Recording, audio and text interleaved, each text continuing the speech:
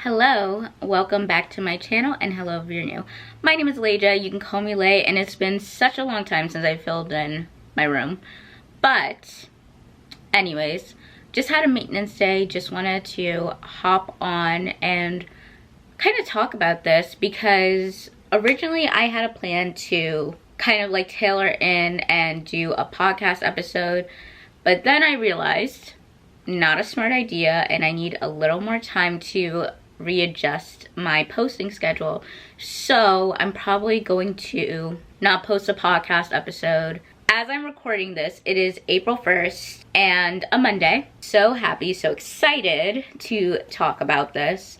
This was something really on my mind. I wanted to do like a raw conversation about it, pick up a camera, have a conversation, not overthink it too much. But yeah, I've been seeing a lot of videos about people's glow up plans for the 12-week year, and I feel like this is very important that not enough people mention when they are making glow up content. And since I did want to start a new series called Glowing Up Theoretically, which is more of like a scientific approach to glowing up, because my personal belief of what makes a glow up, and I kind of talk about this in the description of my last video. I believe there's 3 types of glow ups: self-editing, a transformation, and one is like an identity shift. I will probably screenshot my description box from my last video, and if you want to like read the full thing and go to the last video, you can do that. In that video I say like there's 4 types of glow up resources and like my opinions on that and just like little things. So if you want to check out that video, go ahead. But what I want to talk about desperately in this video is ways to not fall off your glow up plan. Not enough people mention this, and I do think instead of focusing on adopting more and more habits, there needs to be a time period where you're kind of reframing your thinking on things and also unlearning, because I don't think enough of that process is talked about. My first tip for not failing your glow up plan, not going backwards, and not like yo-yoing is first identify what type of glow up you're trying to have. For me personally, I don't believe a glow up should just be like a self-editing process. Like, I don't think it should be just like, oh, look cute and like, yeah, my life is together. But I feel like a real glow up and an authentic glow up is more of a lifestyle change. So getting out of your head that what you want to do is temporary and that you're just doing it, and then once you get to that point, once you get to that goal, that you're gonna stop. Because from there, like when you, I'm not gonna say if you, because we're not throwing out that mindset, it's when you do get to that point, then the goal should shift to either, if that point makes you happy, to maintain that. Because I think one of my biggest mistakes is when I reached a goal, like one thing I never did was maintain it or try to maintain it. It's more like, oh, I hit this goal, yay, you know. But I think mindset is really important in this aspect and why some plans fail. And I've been personally working on myself, my life, and everything like that, and I definitely believe I got to a better place, because in our retrospect and in our tip is to acknowledge your progress. And how I like to do this is I do look at old pictures of myself, because I looked at a picture from a year ago. It did make me realize how far I really come from that point. And I even looked at a picture from when I started my, I guess, glow up journey, which was from November 1st. Now I'm making my mistakes not a center of my glow up plan, but a data point. That's really important, because again, I think that's the 3rd point. I don't even know. Yeah, something else that I feel like is not talked enough about is understanding your mindset. Like whether you are big picture orientated or small detail orientated, I think in order to keep going after your goals, you need to recognize and understand what is your mindset, because some people are more motivated by the big picture, you know, like they don't know how they're gonna get there, but because they just see what they want, it doesn't matter to them.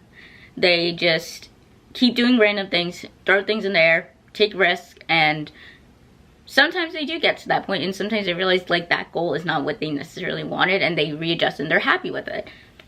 Other people are more detail orientated. They need to have like strategies and tactics and understand how they're gonna work towards their goals. That keeps them motivated, that they're at least trying to do things, and even if they're small things, they know in their head like the small things will add up. I came up with like 2 ideas for like these mindsets. When you are more big picture orientated, thinking like things are hard but not impossible. And the reason why that mindset works for people with a big picture mindset is because when you think of the big picture, you know, like you see things that are big for you, and you know that in your head it's probably gonna be hard. It is, not gonna lie, it's probably gonna be hard. And for some people, they naturally love a good challenge. They love understanding that. But even if you are someone who knows you like a challenge and loves it and feels like things are not worth it if it's too easy, this mindset will help you understand like things are hard but not impossible. So that keeps you motivated, that you know that regardless of everything, because you see it, you know you're gonna get there even if you don't know necessarily how.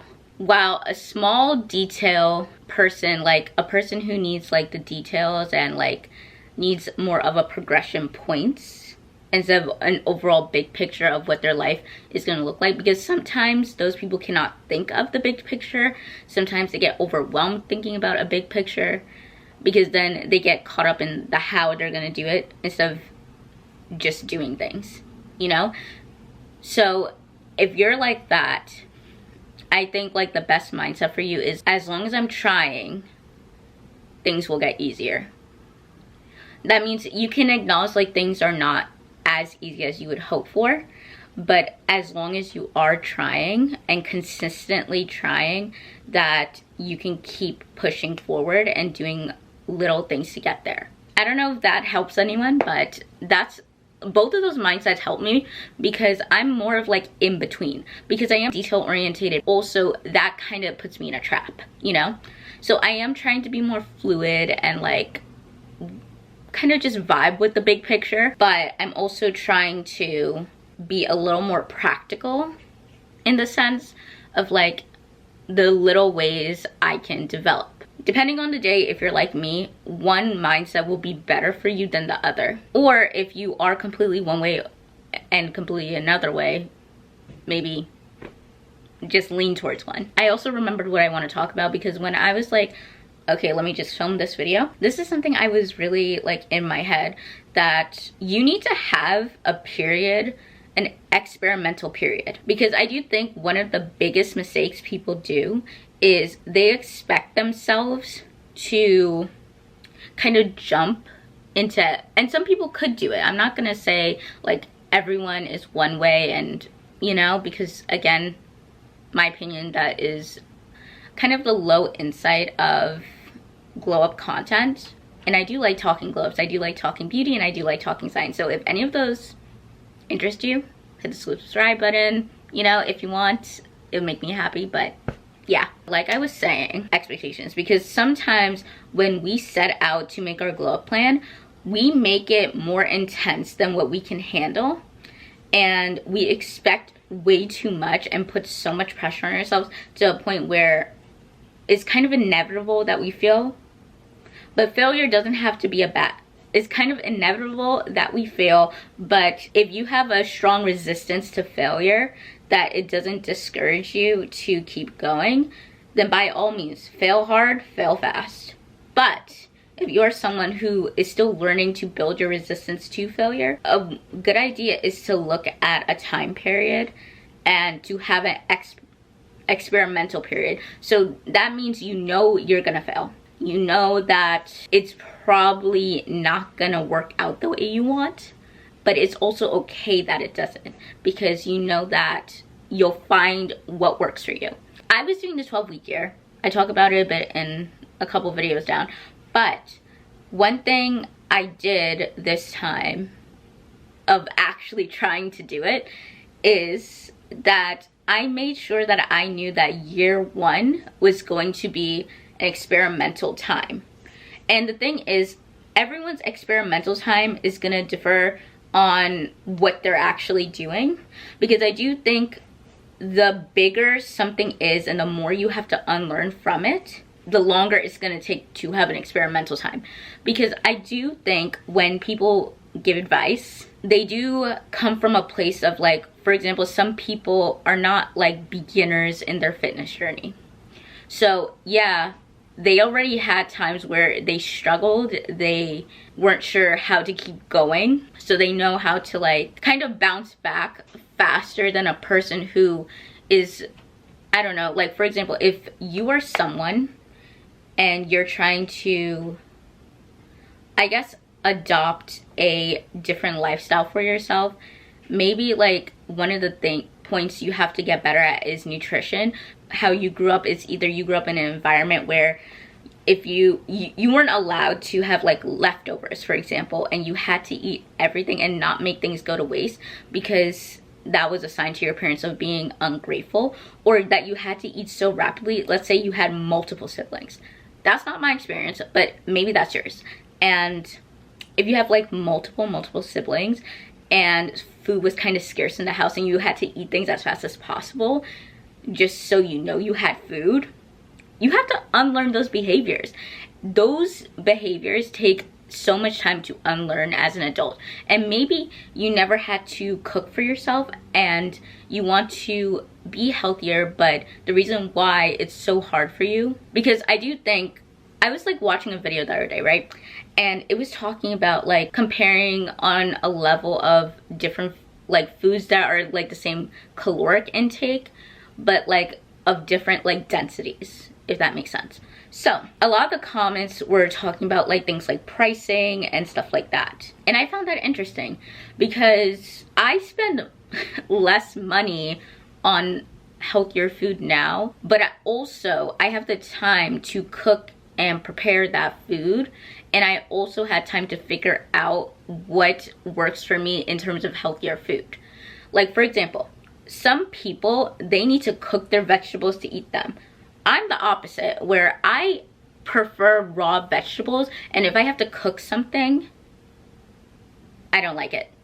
So I prefer eating certain vegetables like celery and like carrots, like the different types of like lettuce, cabbage. I don't really like arugula because it is a bitter taste, and some people love arugula or grew up eating like arugula, so they kind of got used to the taste. So I'm trying, me as a picky eater, number one, I have to learn to expand my palate, but also know what I like. I've been eating healthier, but I also know how to eat healthy without it being wasteful.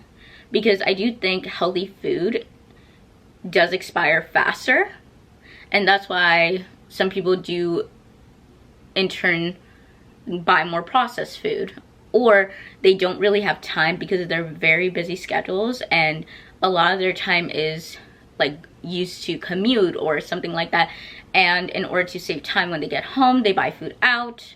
Let's be realistic about what you have to learn and unlearn in order to achieve your goals. Because at least for me, I had the time to kind of learn certain things about myself, and I have the time to put those things into practice and get used to it. Not everyone has that as a luxury. And to be realistic about what you need to learn and unlearn will help you with your expectations. And in our example, I wanted to exercise more because I fell off of my fitness throughout school, and honestly with that, it kind of led to poor mental health and kind of like all these like issues like back pain and like my asthma getting worse. It was just a terrible experience. And however, big mistake, I tried to work out 5 days a week, and then I would fail at my goal and fail miserably at it, and then be upset with myself because I was aiming wrong for where I was at. And I'm not saying like, oh, don't aim high for your goals, because I do think there are the big goals of what you dream of having, doing, being, and then there are like the micro things you have to do to get there. So I'm saying set the right micro goals for your big goals. And now for me, I noticed like and in that time when I was like failing, I noticed that like, okay, I can do 3 days a week, 1 hour workouts and be completely fine, and do that consistently. And on top of that, another thing I can do is work on raising like my NEAT, which is like the activities you do for in a day that's not necessarily working out, but you're like getting movement in. So, and I can also work on doing very low impact things and be okay with it, and doing things that are like fun for me, that it doesn't even feel like working out. Like if it was like taking sunset walks, which I'm still adapting to. It is very hard for me to get outside the house. That's something I really want to learn, not only because of health reasons, but I do think sometimes I struggle to get outside, and it does get a little hermit mode-y. So if I keep putting into practice, like I can like go out more with friends, and it's like more of a socialization and pushing myself out of my introvertism. I don't know if that's a word. It's probably not a word, but okay. Those are just some things I wanted to talk about in the sense of growing up, taking the time to really not fail at what you want to build for yourself. Because I do think one of the most important things, and I literally just listened to a podcast, no, not a podcast, audiobook today, and it was like, one thing that really stuck with me is like the first 3 years after college, that's the time you're laying the foundation. And honestly, that made me think about my glow up plan and like life planning, because I started doing that, and I don't know if I could do the video this week. I had things ready for it, but I'm not sure if I want to do it this week, or if I want to give it more time. That is all for today. Thank you so much for listening. Don't forget to like, comment, and subscribe, and I will see you next time.